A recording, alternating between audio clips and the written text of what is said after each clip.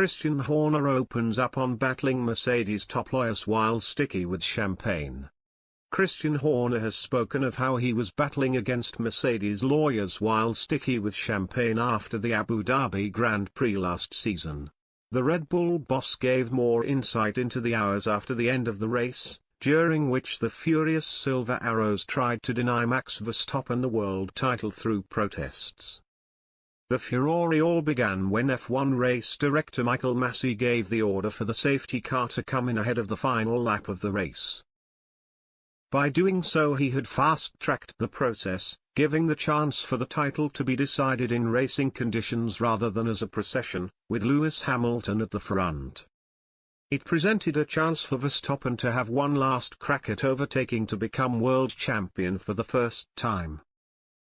And he did exactly that, aided by the fact he had much fresher and softer tyres and Hamilton was powerless to defend the place on his older, more worn rubber. Mercedes chief Toto Wolff was enraged and made his feelings clear over team radio, and within minutes of the end of the race official protests had been launched as the Silver Arrows felt the sporting regulations had been broken. Over the next few hours, bosses from both teams argued their cases in front of the stewards. Mercedes were helped by the fact they had preempted the possibility of controversy and brought a QC with them to the track. Red Bull bosses, who did not have a lawyer present, had to put their celebrations on hold and take part in those proceedings. Speaking about that night, Horner revealed what it had been like to have to go from celebrating a title victory to arguing over sporting regulations.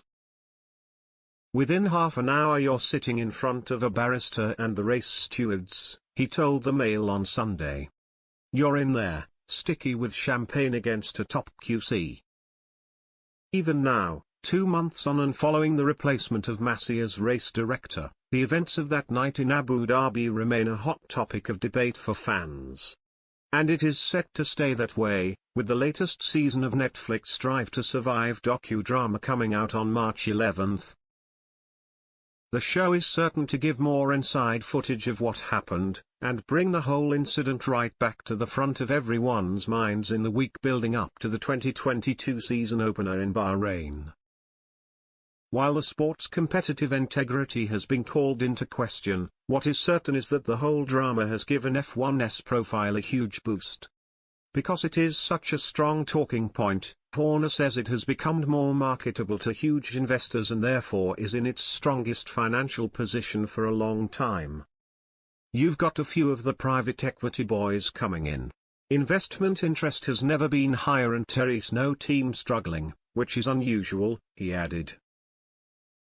We are currently profitable, with the revenues we're generating and the franchise value is just increasing and increasing. The business model for F1 is starting to make sense with the revenues flowing into the sport and costs being under control and the commercial interest. Now Terry's genuine value attached to it. The interest has also translated to race-going fans, with some Grands Prix for the 2022 season already sold out. The desire for Formula One is at an all-time high. Markets where the sport was struggling like the US are now flying, Horner said.